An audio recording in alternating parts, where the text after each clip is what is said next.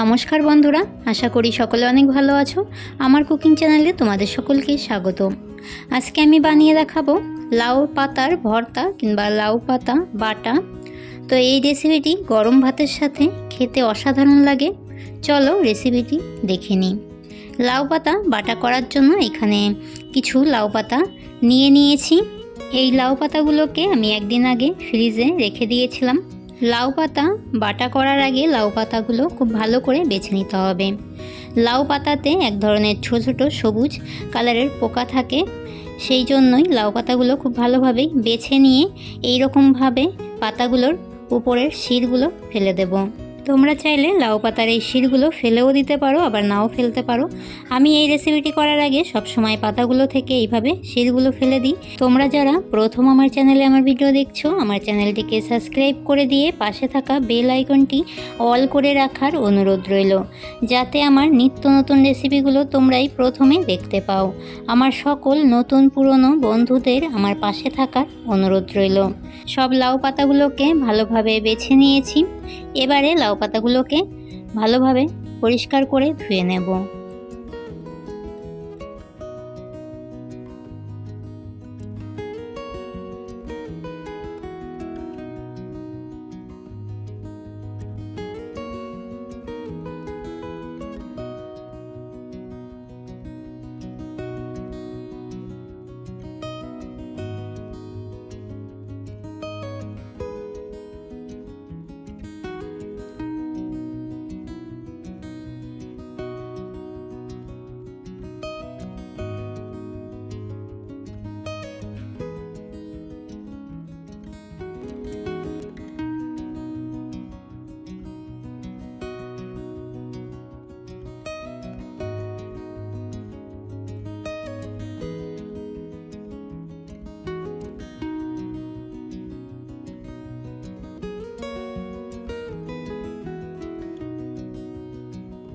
লাউ পাতাগুলোকে জল দিয়ে 3 বার মতো ধুয়ে নিয়েছি।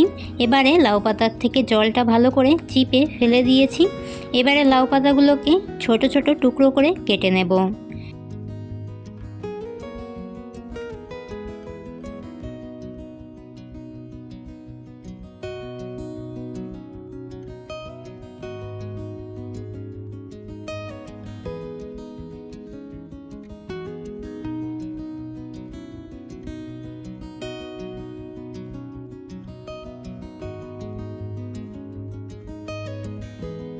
সব লাউ পাতাগুলোকে কেটে নিয়েছি। পাতাগুলোকে একটু সেদ্ধ করার জন্য কড়াইতে দিয়ে দিচ্ছি।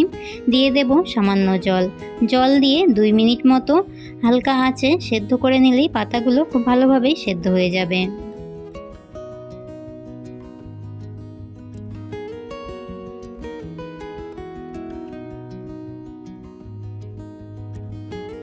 2 মিনিট মতো লাউ পাতাগুলোকে সেদ্ধ করে নিয়েছি। এবারে পাতাগুলো থেকে জলটা ঝরিয়ে নেব। এইদিকে দেখিয়ে দিচ্ছি কি কি উপকরণ নিয়েছি। এখানে নিয়েছি রসুন, কালো জিরে, কাঁচা লঙ্কা। এবারে শুকনো খোলায় এই সব উপকরণগুলো দিয়ে একসাথে ভেজে নেব। কালো জিরে, রসুন, কাঁচা লঙ্কাগুলো বেশি ভেজে নেওয়ার দরকার নেই, হালকা করে ভেজে নিয়েই নামিয়ে নেব। ঠিক এই রকম অবস্থায় নামিয়ে নেব। কালো জিরে, রসুন, কাঁচা লঙ্কাটা বেটে নেওয়ার আগে রসুনগুলোর খোসাটাকে ছাড়িয়ে নেব।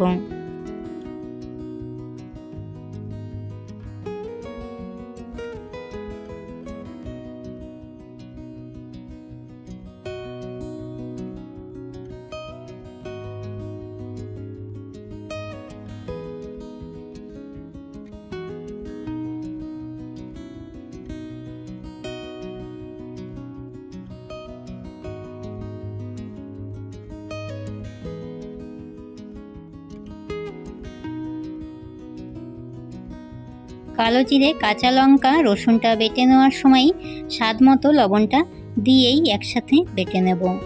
লবণটা তোমরা তোমাদের স্বাদ মতো ব্যবহার করবে।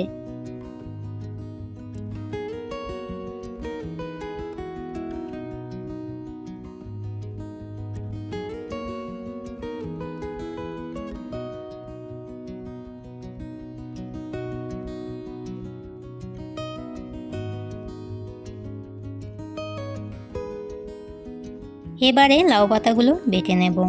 লাউ পাতার জলটাও ভালো করে ঝরিয়ে নিয়েছি, পাতাগুলো ঠান্ডা হয়ে গেছে। এরকম ঝুরঝুরে করে নিয়েই পাতাগুলোকে বেটে নিতে হবে।